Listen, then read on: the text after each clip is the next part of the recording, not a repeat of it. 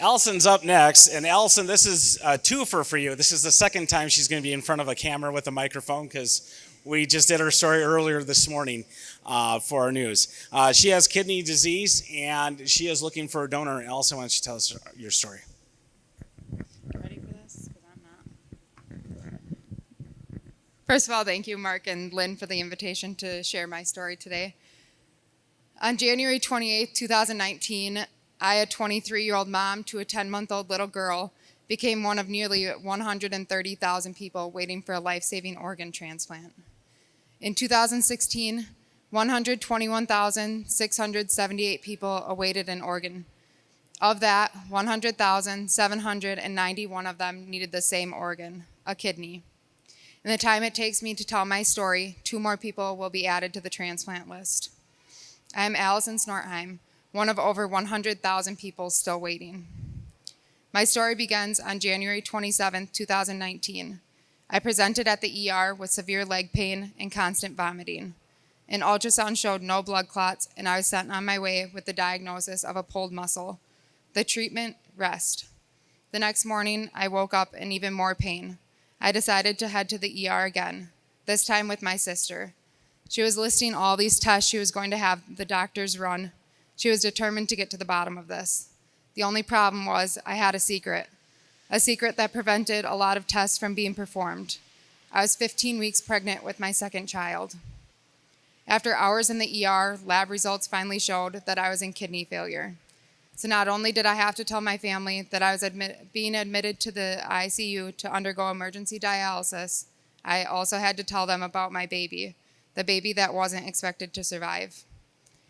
On January 29, 2019, I was officially diagnosed with anti-glomerular basement membrane antibody disease, a life-threatening autoimmune disease that causes the immune system to attack the healthy tissues in the kidneys. When treated right away, anti-GBM is treatable. However, my pregnancy complicated things, and I was in complete kidney failure.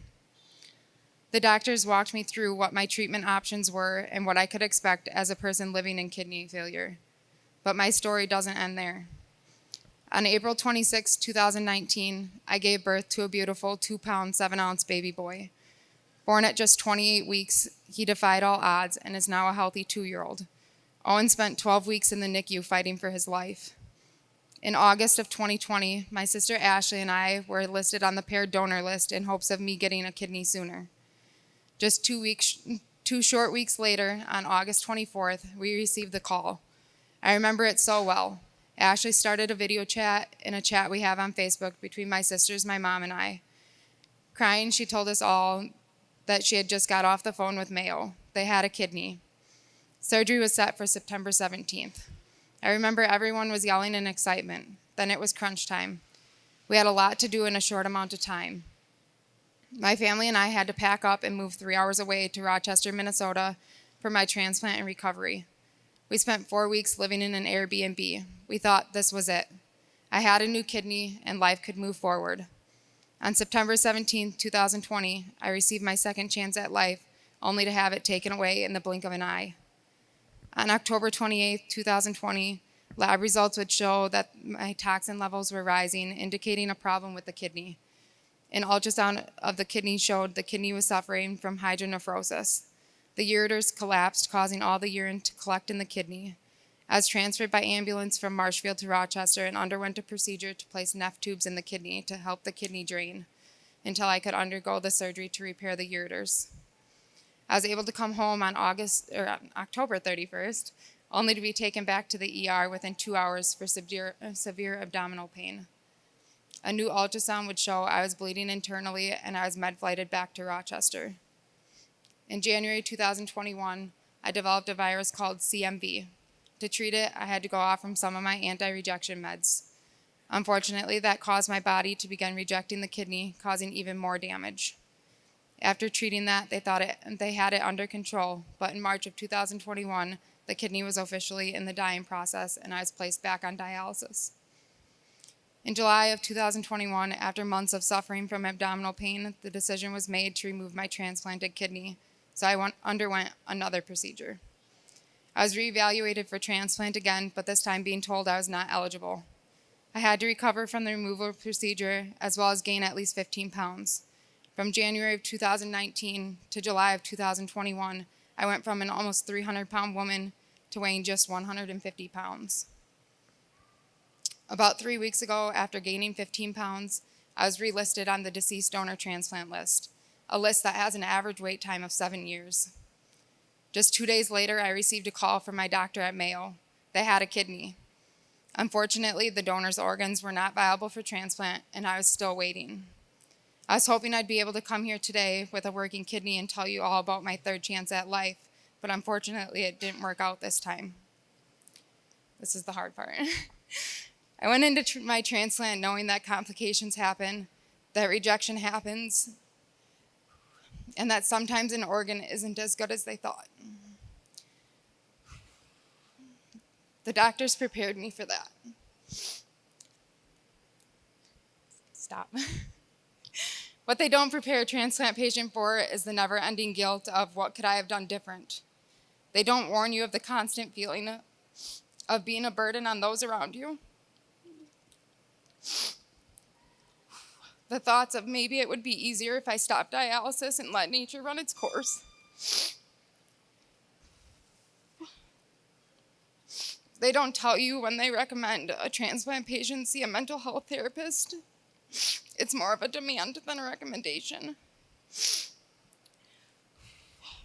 They don't warn you of the physical exhaustion of getting up and ready for the day. They don't warn you that everyday activities such as washing the dishes or doing a load of laundry will seem impossible to accomplish. They don't warn you that you have to act strong because you have a little girl that was forced to grow up way too fast, watching you fall apart.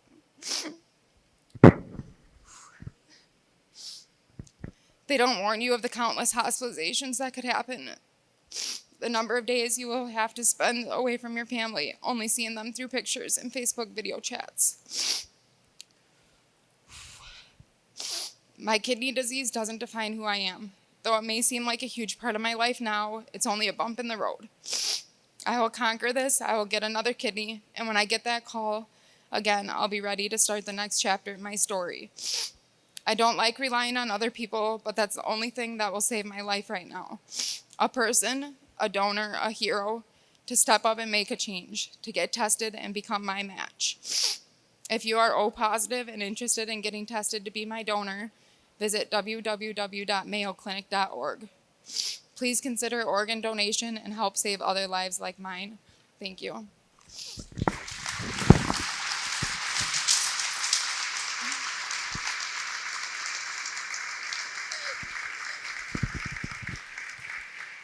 That didn't work out for you. So when I see your story again tonight, I can cry a second time. Thank you, Allison. As we can see, this is an event that touches so many people's lives, and it's one of those things as we hopefully get to a second kidney share after this one that we can touch even more people's lives, and that we have good news for people like Allison with another transplant coming.